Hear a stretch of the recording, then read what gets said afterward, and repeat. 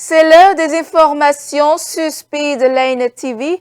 Mesdames et messieurs, bonsoir et bienvenue dans ce journal. Au sommaire, réunion des membres du gouvernement, le Conseil des ministres s'est tenu ce mercredi 9 avril et a débouché sur plusieurs décisions, notamment la sécurisation effective des droits fonciers au Bénin, l'intégralité des décisions dans cette édition. Le 6 avril dernier, le président Patrice Talon a fermé 9 ans de gouvernance. Ces années ont été marquées par des réformes majeures, mais des critiques ont commencé à émerger. Vous suivrez les clarifications de Bertin Kouovi dans ce journal. À la page inter, ce samedi, le Gabon vote pour la première fois depuis le coup d'État militaire d'août 2023. Ce putsch a mis fin à plus de 50 ans de règne de la dynastie Bongo. Les détails dans un instant.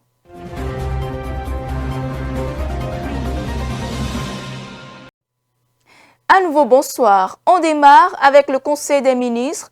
La réunion s'est tenue ce mercredi 9 avril. Elle a débouché sur plusieurs décisions au nombre de celles-ci, des modalités de mise en œuvre du numéro unique parcellaire, de confirmation cadastrale des droits fonciers et de mise à jour du cadastre national. On fait le point avec le porte-parole du gouvernement. Les décisions dont voici la teneur ont sanctionné la séance du Conseil des ministres tenue ce mercredi 9 avril 2025 sous la présidence de M. Patrice Talon, président de la République. Au chapitre des mesures normatives, en point 1, création de la société Bénin-Tour SA et approbation de ses statuts. Depuis quelques années, des réformes et projets ont été réalisés pour créer une industrie touristique pourvoyeuse de richesses et faire de ce secteur le principal outil de rayonnement du Bénin à l'international. Une évolution satisfaisante s'en dégage avec la mise en place de projets à forte valeur ajoutée, notamment les infrastructures muséales et hôtelières, les arènes culturelles, les espaces de divertissement, les stations balnéaires et divers autres sites attractifs. Dès lors, il s'avère indispensable de déployer une commercialisation à grande échelle de toutes ces offres à fort potentiel touristique. C'est donc dans ce cadre que le gouvernement a décidé de créer la société Bénin-Tour SA, ayant notamment pour objet la réalisation de prestations de tour opérateurs aux fins de vendre la destination Bénin sur le plan international. À ce titre, elle aura pour principale mission la conception, l'organisation et la commercialisation des voyages et séjours touristiques. Elle pourra, par ailleurs, réaliser toutes opérations commerciales, financières, mobilières et immobilières pour favoriser son extension ou son développement. Modalité de mise en œuvre du numéro unique parcellaire, de confirmation cadastrale des droits fonciers et de mise à jour du cadastre national.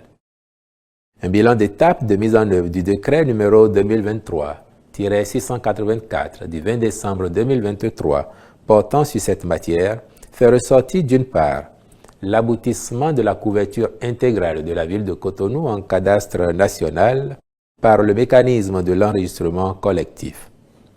D'autre part, il a permis de constater l'engouement sans équivoque des populations pour le mécanisme innovant de sécurisation du foncier.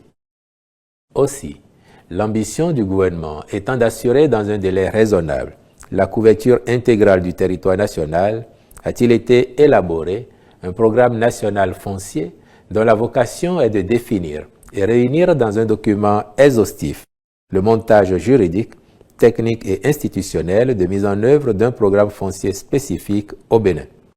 Celui-ci prendra en compte non seulement le cadastre national, mais également d'autres intérêts fonciers tels que la problématique du pastoralisme, la cohésion sociale, la protection de l'environnement, etc.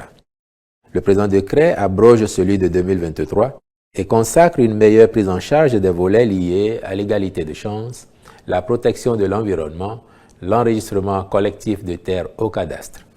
De façon spécifique, il intègre à son champ d'application les droits d'usage et met en place de nouveaux moyens pour renforcer la sécurité et la fiabilité du processus tout en favorisant l'enregistrement de toutes les parcelles au cadastre. De même, il clarifie la nature juridique et les effets du certificat d'enregistrement au cadastre national ainsi que les conditions de sa délivrance, transmission à l'Assemblée nationale pour examen et vote du projet de loi relatif aux associations et aux fondations en République du Bénin. Ce texte, une fois voté, abrogera les dispositions de la loi du 1er juillet 1901 relative au contrat d'association ainsi que toutes autres dispositions antérieures contraires. Il vise à actualiser le cadre légal existant afin de réduire les ambiguïtés juridiques, rendre conforme la réglementation en vigueur aux défis actuels et créer les régimes adaptés à chaque type d'association et de fondation. Il dispose, entre autres, sur les modalités de financement, la gouvernance, de même que sur les questions relatives à la transparence et au suivi de leurs activités, en lien avec les risques qui y sont liés. Le dit texte institue, en outre, un registre des associations et fondations destiné à recevoir les déclarations d'existence, les inscriptions modificatives les concernant, ainsi que toutes autres déclarations prescrites par les lois et règlements. Autre information dans cette édition, c'était le dimanche 6 avril que le président Patrice Talon a fermé 9 ans de gouvernance au pouvoir, 9 années marquées de réformes structurelles et depuis quelques jours, des propos de l'acteur politique Bertin Kourovi circulent sur la toile stipulant l'échec du régime de la rupture. Une équipe de la rédaction de Speedline TV s'est rapprochée de lui. Il a apporté plus de lumière sur le sujet. Suivons-le. Cet audio a été manipulé par des esprits retordus. C'est un audio qui date du 4 mars 2024, où le gouvernement a pris des mesures qui me paraissaient antisociaux. Et beaucoup m'ont contacté. Vous savez, il y a économie, mais nous ne sommes pas de la même école. Mon école économique met le bien-être de la population au devant des infrastructures. Moi, je ne crois pas que cela soit utile de construire de gratte-ciel à ses parents qu'on ne nourrit pas bien. Donc, nous n'avons pas les mêmes visions de l'économie. Ceci étant dit, on a quand même besoin d'infrastructures pour aussi bien vivre. Donc, finalement, on se retrouve enchevêtrés dans nos visions se rejoignent. Donc, cet audio n'est pas d'aujourd'hui, c'est de la manipulation. Cette opposition qui n'a rien à proposer a pris sur elle de prendre mes anciennes déclarations, qui du reste ne sont pas fausses dans leur contexte et dans leur période, et enlève la date, parce qu'il y a toujours daté mes audios. Vous verrez qu'il n'y a pas de date. Ils enlèvent la date et ils veulent en faire un élément nouveau polémique. Ce n'est pas seulement ce que vous avez entendu. J'ai entendu ma réaction par rapport aux Qataris qui sont venus. Quand on partage, ils ont pris ma photo, la photo de Wadaï, et on dit Kourovi attaque Wadaï. Eh bien, cet audio-là aussi date du 5 février 2024. Il y a aussi des audios en Bariba où on me fait parler, où c'est moi qui appelle les gens à la révolte. Ils ont aussi coupé la date. Cet audio date de 2019. Maintenant, je voudrais poser le problème.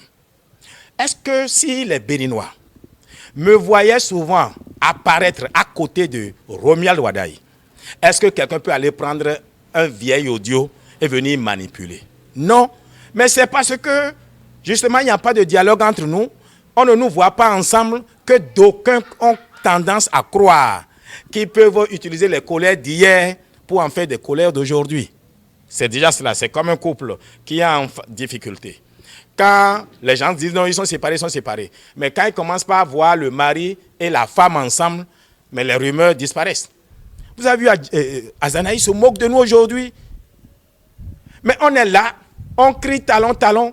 Ça fait 6 mois que j'ai vu le président. 6 mois. Moi, Kourovi, 6 mois. Vous trouvez ça normal?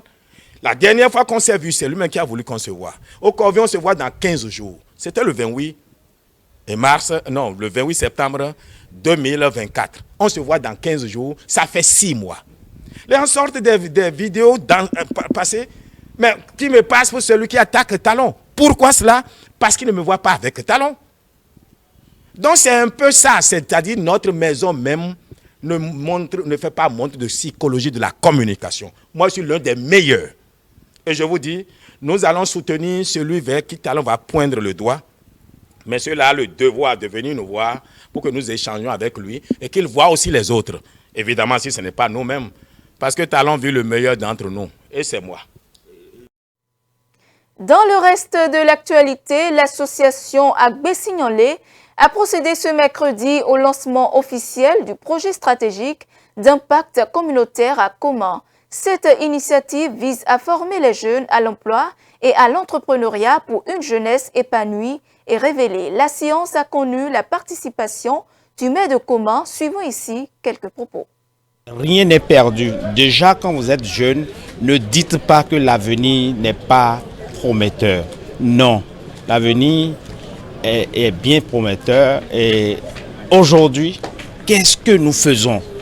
Nous, aînés, qu'est-ce que nous faisons pour la jeunesse? Quel accompagnement devons-nous mettre en place pour avoir une jeunesse épanouie demain, une jeunesse révélée? Nous devons les accompagner. Les accompagner, c'est ça que nous avons fait. C'est la première édition et nous pensons pérenniser pour que les années à venir, ceux qui seront formés aujourd'hui puissent constituer des modèles pour nos enfants, nos petits-enfants, pour le développement de notre communauté.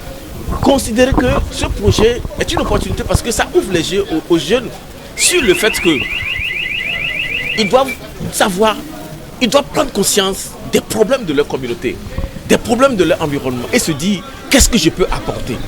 À partir de ce que je peux apporter, je peux lancer mon entreprise, je peux lancer quelque chose et apporter cela à ma communauté. Le savoir reste savoir si ce n'est pas appliqué. On peut avoir tous les diplômes de ce monde. Beaucoup de personnes ont le permis de conduire mais ne savent pas conduire. Donc savoir conduire, c'est l'application, c'est la pratique. Savoir. Donc ce projet est une innovation et j'invite les jeunes à participer. Aujourd'hui, il n'est plus question d'attendre le gouvernement. Il faut se faire former et aller vers ce que tu as appris et aller vers les richesses qui sont cachées aujourd'hui. Donc je crois que les jeunes de Koma sont un temps soit peu aguerris et d'ici peu, ils iront sur les réseaux sociaux trouver quand même des adresses ou bien se faire former en ligne ou bien en présence. Et je crois qu'ils auront choisi un métier d'avenir pour pouvoir supporter leur famille un jour. Donc voilà. Ce n'est pas facile de devenir un cadre. Ce n'est pas facile de choisir son métier et pour l'exercer. Donc il faut un temps suffisant pour pouvoir déterminer, pour pouvoir choisir ce métier et l'exercer. Encore quel métier? Un métier d'avenir pour pouvoir l'exercer. Aujourd'hui, je me réjouis. C'est une innovation. C'est une innovation au niveau du bureau exécutif de Agbé-Signolé. En interactualité, les électeurs gabonais sont appelés aux urnes le samedi 12 avril pour une élection présidentielle qui marque le début de la sortie de la transition entamée par le coup d'État du 30 août 2023. Un scrutin à la portée historique puisque, pour la première fois depuis 1967, aucun bulletin ne portera le nom Bongo. 8 candidats sont en lice, dont le chef de la transition, Brice Clotaire Oligui Nguema, rallié par la quasi-totalité des forces politiques et de la société civile. Le reportage. Le Gabon tiendra ses premières élections présidentielles depuis le coup d'État militaire de 2023, qui a mis fin à une dynastie politique de plus de 50 ans. Ce pays pétrolier, avec plus de 2 millions d'habitants, est confronté à d'énormes défis socio-économiques. Le problème, c'est la vie chère. Et si le président, le futur président, peut avoir un regard particulier sur les denrées alimentaires, et non seulement les denrées alimentaires, mais les autres éléments de la vie quotidienne, ça nous fera une bonne chose. Après plus de 2 semaines de campagne et de promesses, le pays connaîtra pour la première fois un autre régime que celui de la famille Bongo. Maintenant que nous allons à un nouveau régime, nous attendons du nouveau président tout ce qu'il a promis, il faut qu'il le réalise. Parce que c'est bien beau de promettre, il faudrait qu'ils réalisent. Ils savent que les Gabonais ont besoin des routes, la santé. Le putsch contre Ali Bongo à la suite d'élections contestées en 2023 avait été fortement salué par les Gabonais. L'auteur, le président de la transition Brice Clotaire Oligui Nguema, est candidat face à 7 autres.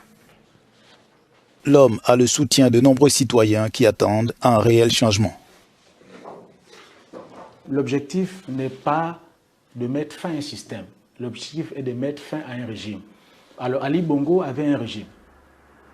Son régime, son gouvernement et la Yang Team.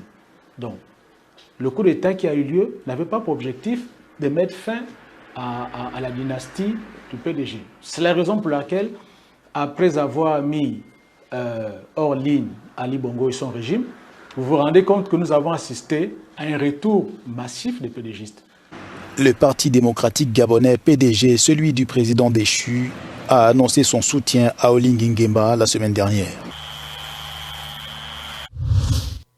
La police tanzanienne a arrêté ce mercredi le chef du principal parti d'opposition du pays alors qu'il terminait un discours lors d'une réunion publique.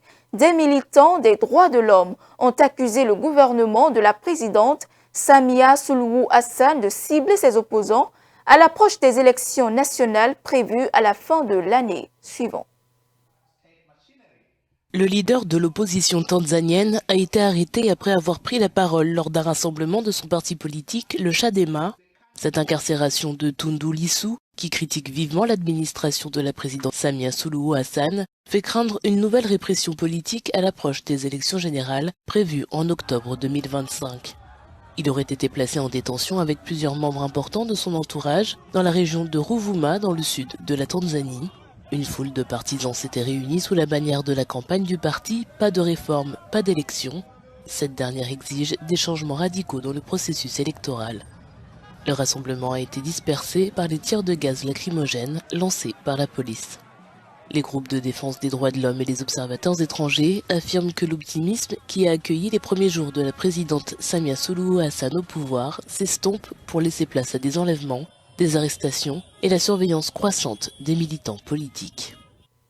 Le ministre égyptien des Affaires étrangères Badr Abdelati a demandé aux pays européens d'accroître et de renforcer le soutien à la lutte contre l'immigration clandestine lors de la deuxième réunion ministérielle de l'initiative UE-CON de l'Afrique sur les routes migratoires qui s'est tenue ce mercredi au Caire. Le reportage. L'Égypte demande plus de soutien de l'Europe à la lutte contre l'immigration clandestine. Le ministre égyptien des Affaires étrangères Badr Abdelati s'est exprimé mercredi au Caire à la deuxième réunion ministérielle de l'initiative UE-CON de l'Afrique sur les routes migratoires. Nous avons besoin de soutien des communautés d'accueil, en particulier les services de base, y compris les soins de santé et l'éducation. Troisièmement, nous avons besoin de plus d'investissements pour créer des emplois. Comme je l'ai dit, 10 millions de réfugiés vivent ici et ont accès à notre marché du travail. Sinon, ils voudraient risquer leur vie et entrer en Europe par l'immigration clandestine à travers la Méditerranée. Nous devons donc faire davantage pour investir et encourager les investissements publics et privés des pays européens. Avant sa fermeture, l'USAID était auparavant le principal donateur de l'initiative, suivi de l'Allemagne. L'année dernière, nous avons organisé la conférence sur le Soudan à Paris. Nous avons promis 244 millions d'euros et nous avons tenu notre promesse. Nous avons versé plus de 300 millions d'euros d'aide humanitaire à tous les voisins du Soudan, au Tchad, mais aussi à l'Égypte et au Soudan du Sud. Nous avons essayé de maintenir ce niveau élevé d'aide humanitaire. Nous savons tous que l'USAID a été le plus grand donateur. Le deuxième plus grand donateur était l'Allemagne. Et je pense que ce n'est pas un secret de vous dire que le déficit de l'USAID, nous ne le comblerons pas complètement. Personne n'est capable de le combler. C'est une catastrophe. Mais nous essayons de maintenir notre niveau autant que possible. La réunion, connue sous le nom de processus de Khartoum, vise à renforcer la coordination et la coopération entre les États membres en matière de migration. À la surprise générale, le président américain Donald Trump a annoncé suspendre pour 3 mois les surtaxes sur les partenaires commerciaux américains. Seule la Chine fait figure d'exception, alors que Pékin a déjà lancé un début de représailles en taxant à son tour les produits américains. La guerre entre les deux puissances ne pourrait que commencer. C'est après moi. Le président américain Donald Trump a annoncé une suspension de 3 mois de ses droits de douane dits réciproques à l'exception notable de la Chine. Pour Pékin, les taxes douanières sont relevées à 125% avec effet immédiat. Et c'est via les réseaux sociaux que le président a fait connaître cette décision, affirmant vouloir protéger l'économie américaine. Nous constatons aujourd'hui le succès de la stratégie de négociation mise en œuvre par le président Trump. Il y a tout juste une semaine. Elle a déjà permis à plus de 75 pays d'entrer en discussion. Il a fallu beaucoup de détermination, beaucoup de courage pour maintenir le cap jusqu'à ce point. Comme je l'avais affirmé ici même il y a une semaine, ne ripostez pas et vous serez récompensés. Et c'est exactement ce qui s'est produit. À présent, tous les pays qui souhaitent venir à la table des négociations sont les bienvenus. Nous sommes prêts à les écouter. Pour eux, les droits de douane seront ramenés à un taux de base de 10%. Quant à la Chine, en raison de son choix de l'escalade, elle fera face à un relèvement de ses droits à 125%. Contrairement à plus de 75 pays qui ont annoncé d'entamer des discussions avec Washington après la mise en œuvre de la nouvelle stratégie tarifaire, le gouvernement chinois n'a pas précisé s'il envisageait ou non d'entrer en négociation avec la Maison-Blanche. Et c'est ainsi que s'achève ce journal. Merci de l'avoir suivi. Suivez-nous en continu sur speedlanetv.bj/live et sur nos différents canaux digitaux Facebook et YouTube.